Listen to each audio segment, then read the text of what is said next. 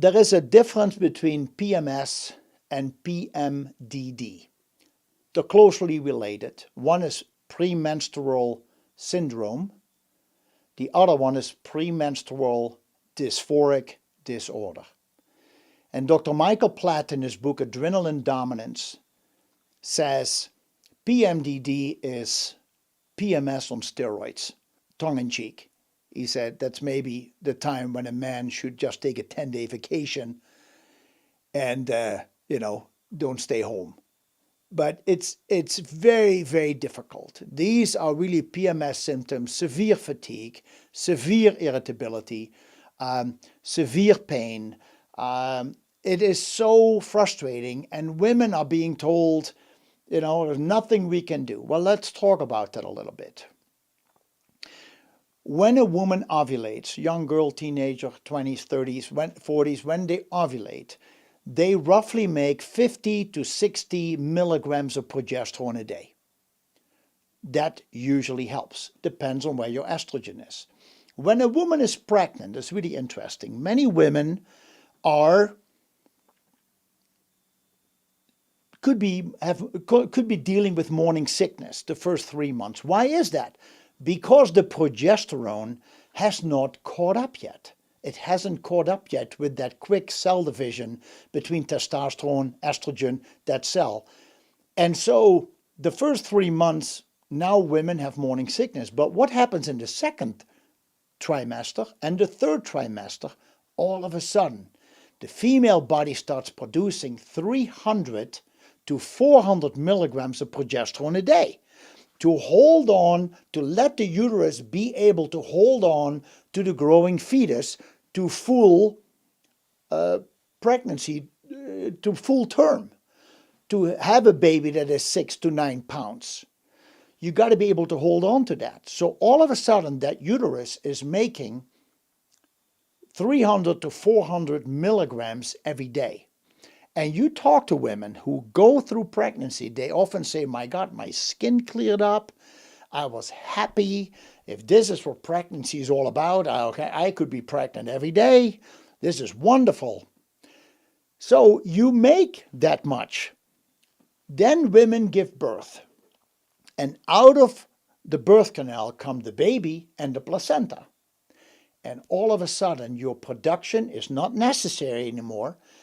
And a woman goes from 400 milligrams a day to 0.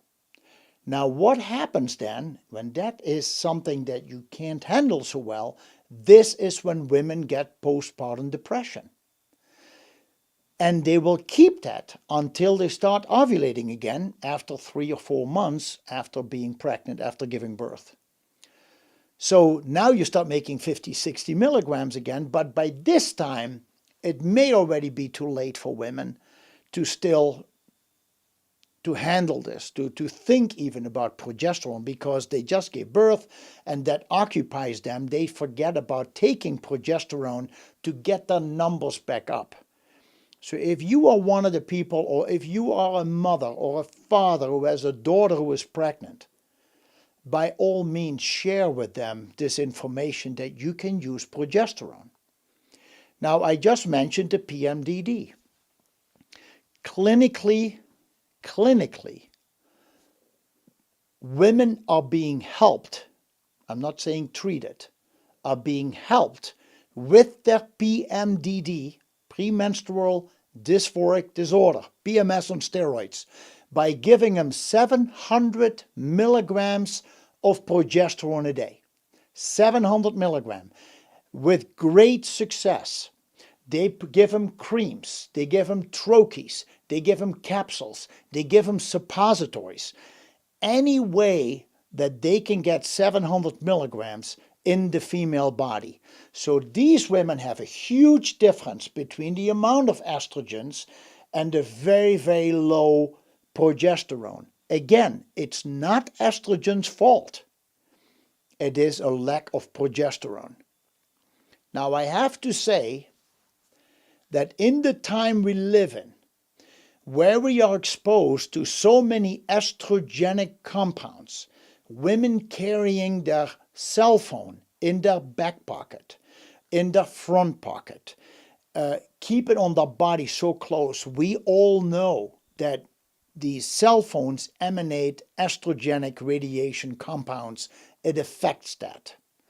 We know that estrogens are in the environment, in meats, in sprays, herbicides, pesticides, even in chemtrails. They're worrying about that those chemtrails may contain estrogens.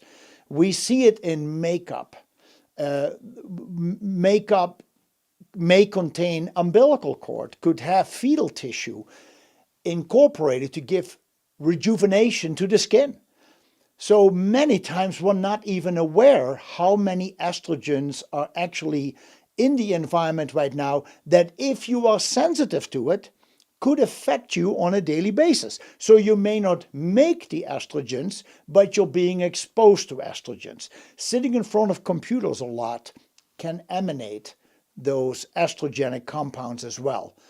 It has been proven. And so it is something you just watch out for. So even in that case, when you're exposed to so many estrogens that affect you, the hormone progesterone could be a great guard, a great friend, a great chaperone that you can use daily if want to, or at least 2 weeks between ovulation and menstruation, that you use that progesterone to balance these hormones.